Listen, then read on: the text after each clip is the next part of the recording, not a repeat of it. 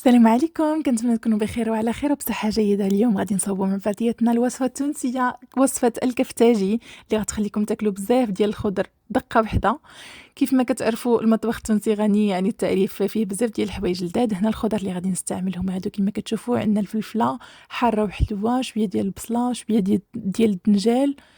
غادي نديرو معاه كذلك شويه ديال البطاطا، شويه ديال الكورجيت وشويه ديال البصله، وغادي نزيدو معاه كذلك شويه ديال القرعه حمراء.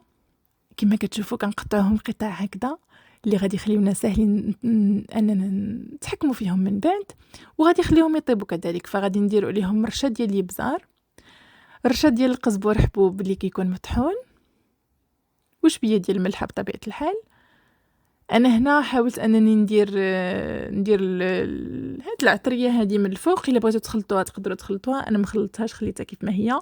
كنديروها على الخضر كلهم. وبالنسبه للملحه، هنا الملحه انا درت ملح الهيمالايا اللي كيف ما كتشوفوا كيكون اللون ديالو غوز. وغادي نكملوا بنفس الطريقه مع الخضر كلهم. واخر حاجه غادي نزيدوا عليها هو زيت الزيتون، لاننا غادي نديروه في الفران. ما بالمناسبه الكفتاجي كتكون وصفه مقليه، فكيستعملوا فيه هاد الخضر لكن كيقليوهم في الزيت. انا ما كنبغيش نقلي فدرتو في الفران. كاينين الناس ولاو كيديروه في الفران، ولكن المعترف به هو انه كيكون مقلي.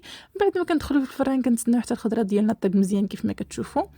انا دخلت على درجه 180 درجه. نتوما شوفوا على حسب الفران ديالكم. 180 درجه نصف ساعه كان عندي طايب. ملي تجيو تتاكدوا بلي الخضره طايبه، ديروا شويه فورشيطه وشوفوا القرعه واش طابت، البطاطا واش طابت، الدنجال واش طاب، وغادي يبان لكم عينكم ميزانكم. ملي كنخرجوهم من الفران كنحطوهم في طنجره هكذا محكمه الغلق. كيف ما كتشوفوا انا غطيت حتى ديك التقيبه صغيره باش ما يخرجش الهواء، باش الخضره تزيد تتنفس مع بعضياتها وتزيد تطلق داكشي ديالها. وفي نفس الوقت انا غادي نطيب شويه ديال البيض، حيت الكفتاجي كيجي معاه البيض. فدرت قياس 2 بيضات بالنسبه لهذيك الخضره اللي درت. انا ما عنديش مع البيض بزاف. المهم كنحطوا البيض ملي كيطيب فوق من الخضره وكنحاولوا نقطعوه. انا قطعته بهذه الطريقه. كما كتشوفوا هنا راجلي كان كيعاوني كيقطعوا لي حيت ما نقدرش نتحكم في الماس الكبار. نتوما تقدروا دوزوه الى عندكم اي حاجه، شي هاشواغ ولا هذيك الطحانه ديال الكفته ولا اي حاجه اللي غتخليكم انكم تقطعوه، ولكن ماشي تطحنوه، يعني يجيو طروفات الخضره كما كتشوفوا هنايا باينين. وغادي ندوزو باش نوريكم طريقه ديال التقديم. طريقه من الطرق كتقدروا تخدموه هكا بوحدو كمقبلات مثلا، غير بوحدو. الا بغيتو تزيدوا عليه شويه ديال الطون، انا هنا زدت عليه شويه ديال الطون، زدت عليه رشيشه ديال زيت الزيتون. الا بغيتو تزيدوا عليه الزعتر ولا اي حاجه، اي منكهات، شويه ديال البصله هكذا. تقدروا تحطوه مقبلات كسلطه قبل من الماكله.